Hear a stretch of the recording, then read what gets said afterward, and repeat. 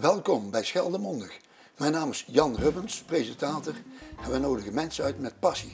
En deze keer passie voor muziek, maar wel getoetst en gericht op een school. Met wie heb ik het genoegen? Nou, goedenavond. Mijn naam is Ronald de Hollander. Ik ben directeur van de Prins Willem van Oranje School in Terneuzen. Ah ja, zeg, en waar ben je geboren? Ik ben een echte Zeeuws-Vlaming, dus ik kom hier niet zo ver vandaan. Ik kom uit het mooie dorpje Schoondijken. Ah, mooi, Schoondijken. En daar heb je in de basisschool waarschijnlijk gedaan? Ik heb daar mijn carrière begonnen op de basisschool, de Prinses Irene School, en daarna door naar het Koningin Wilhelmina Lyceum. En dat was in Oostburg? Dat was in Oostburg. Het is intussen een verzorgingstehuis. Ah, nou, ja, wie weet waar je toekomst dan. Wie weet ga ik er ooit terug naartoe. Ja, wie weet. Dat zal misschien nog lang duren, wie weet. Zeg maar, wat heb je na je middelbare schooltijd gedaan? Ik ben na mijn middelbare school, ik wilde eigenlijk ooit leraar aardrijkskundegeschiedenis worden. Maar ik ben uiteindelijk verpleger geworden. Ik ben naar de HBOV gegaan. In? In Goes en later in Vlissingen. Dus ik heb eerst HBOV gedaan, hoog beroepsopleiding verpleging. En van daaruit ben ik gaan werken in de hele Zeeuwse gezondheidszorg. Ik ben terechtgekomen in het oude ziekenhuis in Hulst, het Ludwina ziekenhuis. Vanuit het Ludwina ziekenhuis naar het Elisabeth ziekenhuis in Sluiskeel. Uiteindelijk op de paasafdeling in Terneuzen, toen nog ziekenhuis De Honten. En van daaruit ben ik weer vertrokken naar het verzorgingstehuis verpleeghuis De Stelle in Oostburg. Waar ik afdelingshoofd ben geworden van afdeling Boterbloem. Oh, en hoe ben je dan zo in het onderwijs gekomen? Nou, op een gegeven moment heb ik de opleiding gedaan voor onderwijskunde en pedagogiek. Tijdens dat ik in het verpleeghuis was. Ik heb allerlei mensen getraind in verpleegtechnische handelingen. En ik kreeg van de huidige directeur van toen van het ROC Westerschelde de vraag: zou je bij ons willen komen werken? Tijdens mijn stage die ik dat deed van mijn opleiding. En ik heb er dus goed over nagedacht. En ik heb gezegd, nou, dat lijkt me een hartstikke mooie kans. Dus ik switch mijn carrière en ik ga heerlijk lesgeven. Dus ik ben vervolgens op ROC Westerschelde wel een paar jaar les gaan geven. En van daaruit ben ik weer gerold in allerlei leidinggevende functies op school, op het ROC. En opleiding kinderopvang, gehandicaptenzorg, volwassenenonderwijs. Uiteindelijk weer gefuseerd naar de volgende ronde. Oh ja. Het Scalda College. En ben ik gaan werken zowel in Goes als in Terneuzen voor de opleiding verpleging weer. Dus toch weer mijn oude vak terug. Ben ik teamleider verpleging geworden. Het volwassenenonderwijs nog steeds. En ook de onderwijsassistenten in die tijd. En vandaar ben ik uiteindelijk, volgens mij na een jaar of 12, daar weer weggegaan. En ben ik gaan werken op de Prins Willem van Oranje School. En hoe lang doe je dat nou dan? Dat doe ik nu ruim 1,5 jaar. Ik ben vlak voor de corona daar gestart. Oh, en hoe bevalt het? Dat bevalt me fantastisch. Ik had alleen liever in andere omstandigheden gestart. Maar ik was er amper. Ik ben begin maart officieel daar helemaal volledig begonnen.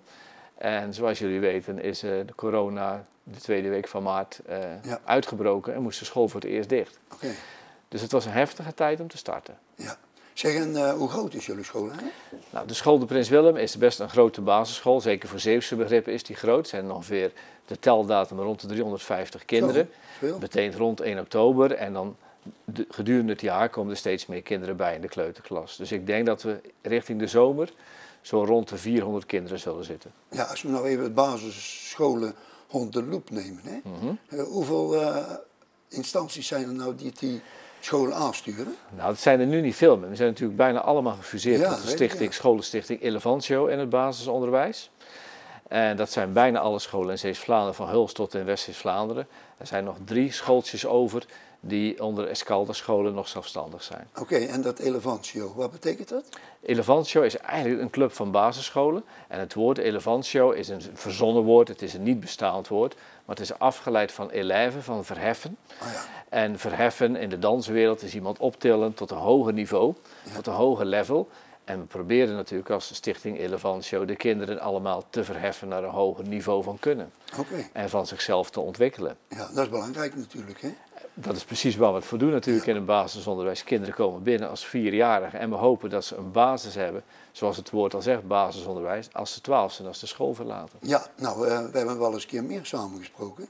En hoog in het vaandel heb jij geschreven om het pesten tegen te gaan. Kun je daar iets van vertellen? Ja, nou, ik wil het niet zozeer pesten noemen, we hebben het eigenlijk met name over sociale veiligheid. Oh ja, nou, en, Peter Woert, dat is meer allesomvattend. Nou, pesten is een beetje denken zoals we vroeger ernaar keken.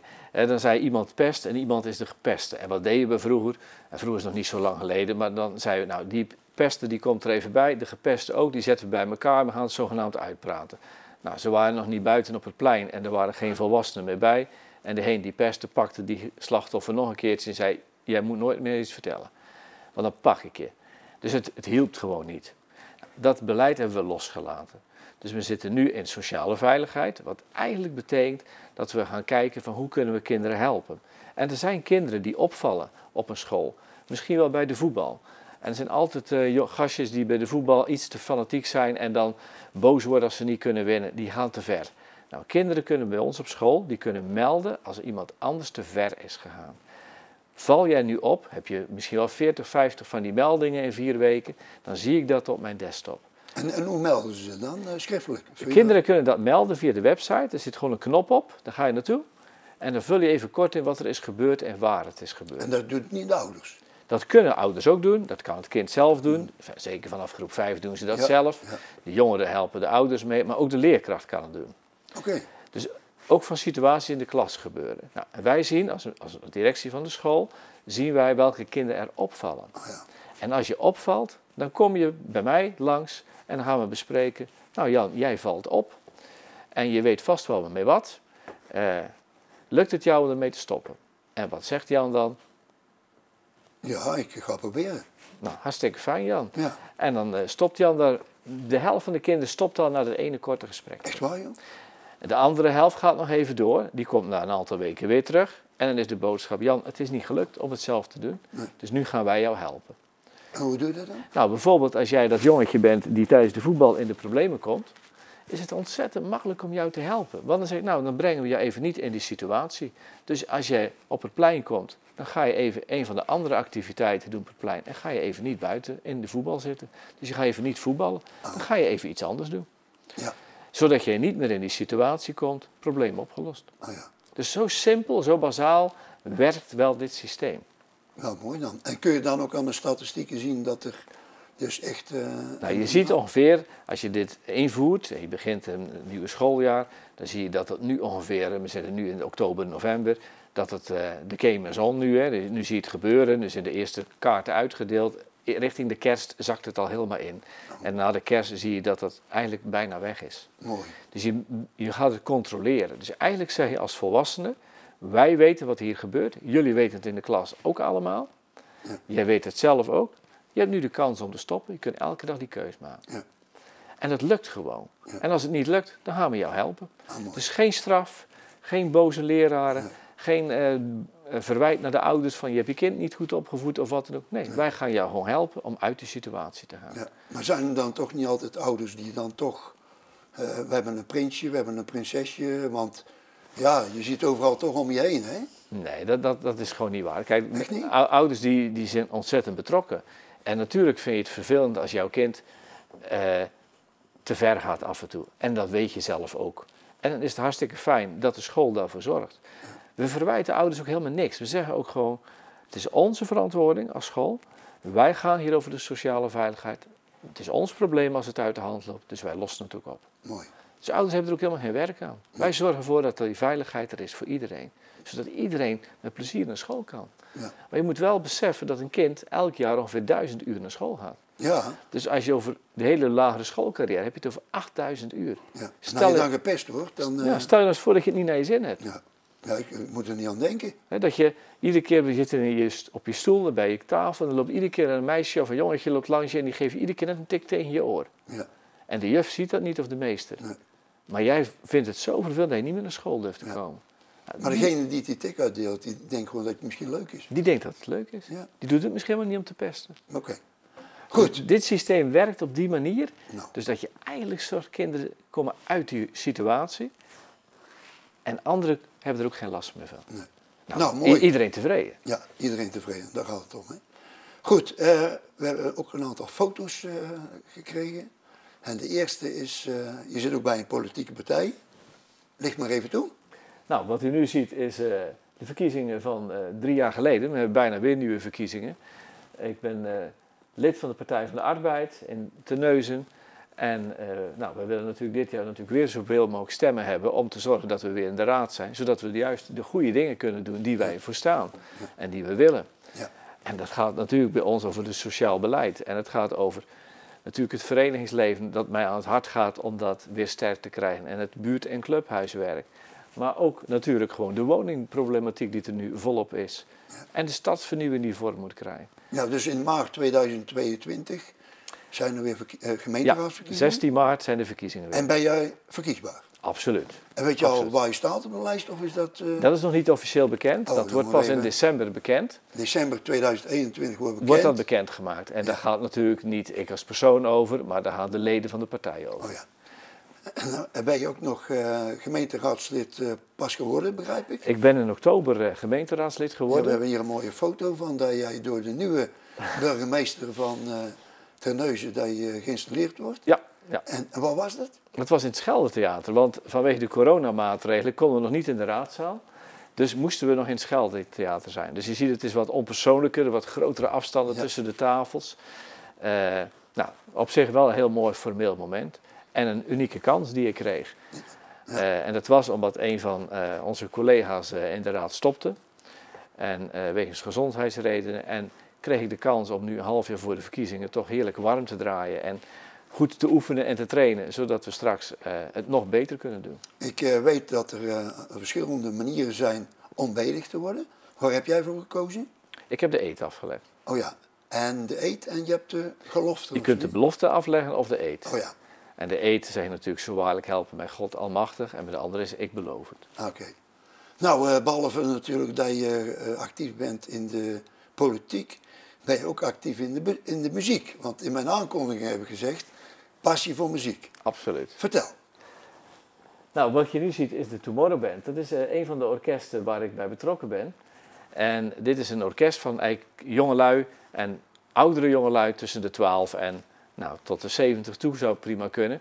Die allemaal populaire muziek spelen. Dit zijn echt mensen die spelen allemaal muziek van nu. Van de radio, als je 538 of Q-Music aanzet.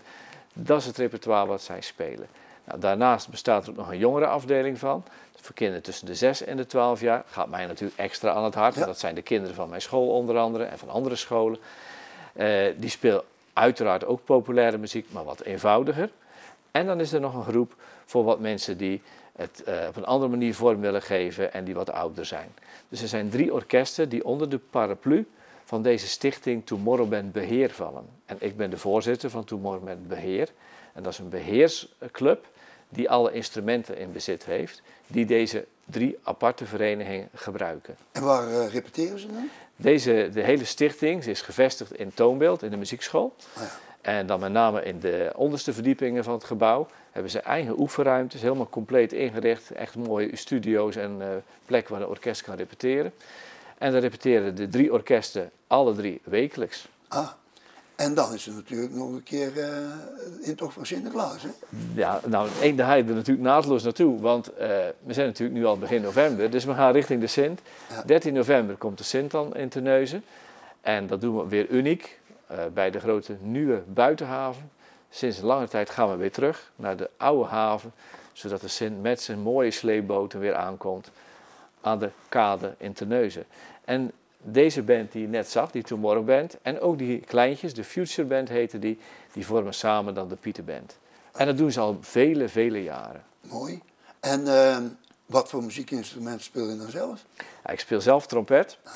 En dat doe ik natuurlijk met veel passie. En als de meester dat doet op een school, dan zie je ook dat heel wat kinderen dat kiezen. Ja. Dus ik kan eigenlijk wel trots zeggen dat dit jaar, ik geloof 11 kinderen gestart zijn met trompetles bij mij op school. En dat is natuurlijk hartstikke leuk, want dat doen we met name allemaal na schooltijd. Ja. We hebben natuurlijk het voordeel van een grote school, maar we hebben ook een uniek iets. We hebben een webshop, echt een professionele webshop, waar kinderen naartoe kunnen gaan met hun ouders. Kunnen zeggen, ik wil trompet spelen, viool, klarinet. Ik kan ook voetbalkliniek doen, ik kan knutselen doen, ik kan schilderen doen, ik kan typles doen. Nou, zo gek kun je het eigenlijk niet noemen. Of we hebben het, dan ga je naartoe, naar die webshop. Je koopt dat in, je betaalt een klein bedrag ervoor en dan automatisch worden ingeschreven. En kun je direct na schooltijd, kun je deze activiteiten allemaal doen. En het mooie van de school is, het is een continu rooster. Wat betekent dat alle dagen de lessen even lang zijn. Ze beginnen om 8:25 en eindigen altijd om 2 uur. Oh, En dat betekent dat er gewoon veel tijd is in de middag om al dit soort extra dingen te doen. Dus op dit moment doet van groep 3 tot en met groep 8 ongeveer de helft van de kinderen mee met activiteiten na schooltijd. oké. Dus dat is een gigantische onderneming. Ja. Ik zag de teller toevallig vanmorgen en dat doen op het moment ook 54 kinderen leren een muziekinstrument bespelen.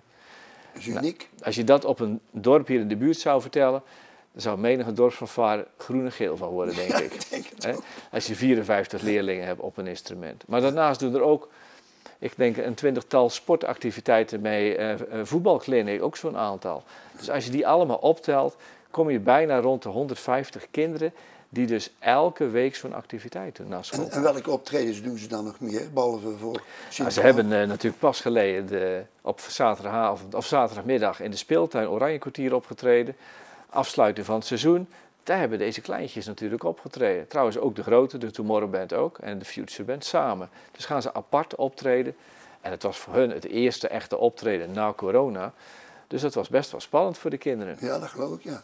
We hebben ook een mooi filmpje opgestuurd gekregen van de Pieterband. Zullen we even naar kijken? We kunnen er even naar kijken. Ja. We gaan langs bij een school in Terneuzen, waar met kinderen veel aandacht wordt besteed aan bewegen en muziek maken. Wat ik tegen ouders vertel, is dat kinderen hier gezien worden en gekend zijn. En dat iedereen die hier werkt weet wie de kinderen zijn en dat de kinderen ons ook kennen.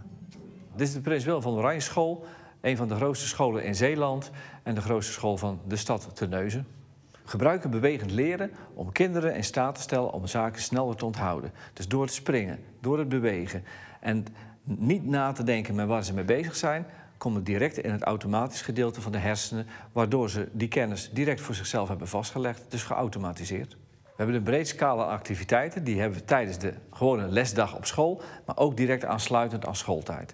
En dat doen we bewust om kinderen de kans te bieden om van al deze facetten gebruik te maken. Dus je kunt op dansles, muziekles, vioolles, gitaar en trompet, het maakt niet uit, direct aansluitend aan schooltijd. Omdat heel veel kinderen vaak naar huis toe gaan en de ouders 's avonds niet in de gelegenheid zijn om hun naar bijvoorbeeld een vereniging of een toonbeeld of wat dan ook te brengen. Muziek vinden we heel erg belangrijk op deze school, omdat muziek leert samenwerken. Via muziek krijg je ook een goed gevoel en vanuit een goede positieve kracht. Iedereen weet wat muziek met je doet. Muziek is universele taal, dus iedereen verstaat de taal van muziek. En doordat we die taal allemaal beheersen, hebben we een goed gevoel en kunnen we ook beter met elkaar samenwerken en ons beter concentreren. De belangrijkste 21e-eeuwse vaardigheid die kinderen al heel vroeg moeten leren is keuzes maken. En de keuze kunnen onderbouwen, waarom maak ik die keuze? En wat doe ik als het niet kan, die keuze die ik zo graag zou willen maken? En de kinderen leren al vanaf groep 1, hoe maak ik die keuzes? Het belangrijkste plan wat we nu nog gaan realiseren is een groen leefgebied rondom de school. Dus prachtige bomen, water, modder, paden waar de kinderen lekker kunnen buiten spelen. Nou, de energie die spat van het scherm, hè. Dat is geweldig, hè? Nou, als ik het zelf zie, Ja. ga ik bijna altijd stralen. Ik denk, oh wat heerlijk om die kids weer te zien. Ja. En hoe actief ze bezig zijn en hoe ze ervan genieten. Ja. En je ziet een aantal dingen, zag je natuurlijk heel mooi in beeld. Bijvoorbeeld de muzieklessen die echt elke week gegeven worden. En alle klassen krijgen die basis die ze moeten hebben. En dat vinden we heel erg belangrijk, want muziek geeft kinderen vreugde, geeft je een positief gevoel. Maar het leert ze ook ontzettend goed zich beter te concentreren. Dus die concentratie wordt heel groot. Het is voor het samenwerken en het samenspelen heel erg belangrijk. Dus je pakt een aantal dingen die ook het leren bevorderen. En het is ook gewoon nog een leuke break in de dag. Dus voor kinderen is het ontzettend enthousiasmerend. En je zag ook de sportlessen, die me ook heel veel buiten willen doen en bewegend leren. Want er is niks zo leuk als je... Vroeger gingen we tafel zitten repeteren met je handen en je vingers. Maar tegenwoordig mag je erbij staan en dan mag je bewegen. En het kan heel simpel. Ik kan een dobbelsteen naar jou gooien en roepen 3 keer 3 is. En als je het goede antwoord gooit, mag je hem weer naar de volgende gooien. En op die manier ben je heel actief bezig. En uit onderzoek blijkt dat als je met bewegen bezig bent, dat je 2 helften van je hersens activeert. Die meneer Erik Scherder zou er heel blij van worden als ik dit vertel.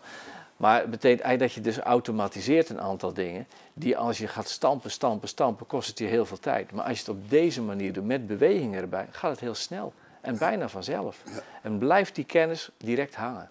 Maar het lijkt me ook veel leuker, behalve de tafels, 1 keer 1 en zo, weet je wel. Bewegen voor de docenten, de onderwijzers en onderwijzeressen. Dat is allemaal veel leuker. Ja, je zag een van de leraressen er net bezig met beweging. Terwijl ze zelfs hoogzwanger was, zag ik. Ja. Maar het is fantastisch om te doen. Kijk, het geeft ook energie. Mensen zijn even met iets anders bezig. Je zit niet constant op die stoel. Ja. En je bent even met elkaar bezig. Je ziet ze ook rechtop gaan staan. Je ziet ze stralen. Ja. Waardoor ze ook plezier in het leren hebben. En als je plezier in iets hebt, dan is het niet vervelend. Nee. Dan gaat het vanzelf. Prima. Zullen we nu gaan naar de Pieterband? Ik heb geen idee of die erachter staat, Jan. Maar we gaan kijken. Ja hoor.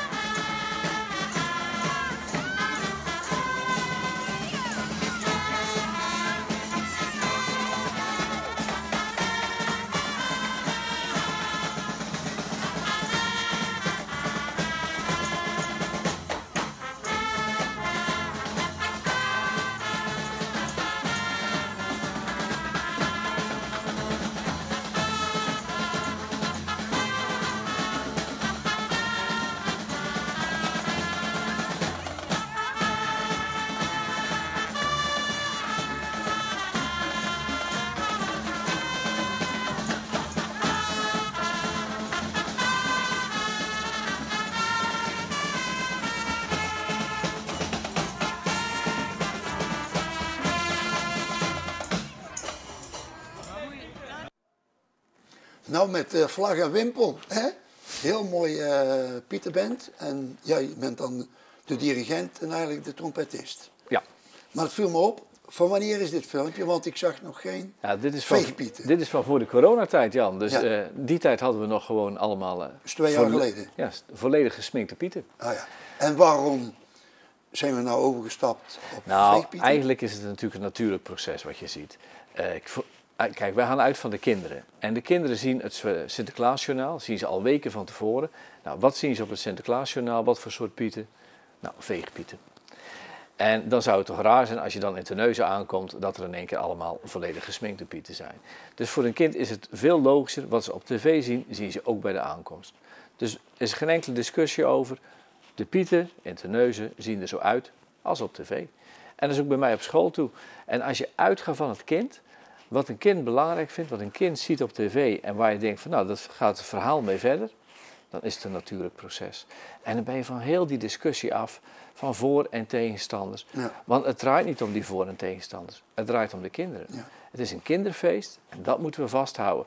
Dus als wij blijven uitgaan van waarom willen kinderen dat het er zo uitziet, dan is het hetzelfde antwoord wat ik nu geef. Op tv ziet het er zo uit. De tijd is langzaam veranderd. Het evolueert al eeuwen. 10 jaar geleden zag de Zwarte Piet er ook nog anders uit. Ja. En toen ik pas begon, had hij nog oorbellen in, een rode lippenstift. Is al allemaal weg. Dus geleidelijk aan verandert dit proces. Ja. En laten we er niet druk in maken. Het verandert, maar het feest blijft. Het feest blijft. Zullen we het en daar gaat het om. Daar gaat het om. Ik denk het wel, ja. Ik denk dat we het daar goed mee afsluiten. Want er is toch niks mooiers als straks die boot die aankomt. De kinderen op de kade en al die stralende gezichten van de Sint is weer in het land. En met de muziekband. En de muziek is erbij en die begeleidt het hele spel. En de kinderen zingen weer en stralen en springen zoals altijd. Helemaal goed. Er verandert eigenlijk niks. In ieder geval bedankt voor het komen en de hele leuke toelichting. Dan ga ik nu de kijkers bedanken. Prima. Oké. Nou beste kijkers, dit was uit het leven gegrepen, maar ook passie uit het hart voor zowel muziek als voor de school. Ik denk dat jullie ook genoten hebben, net als ik. In ieder geval, ik wel. Hartelijk dank nogmaals. En nou ja, zullen we er even op proosten? Precies. Oké. Nou, proost Jan. Proost. Op de volgende. De volgende.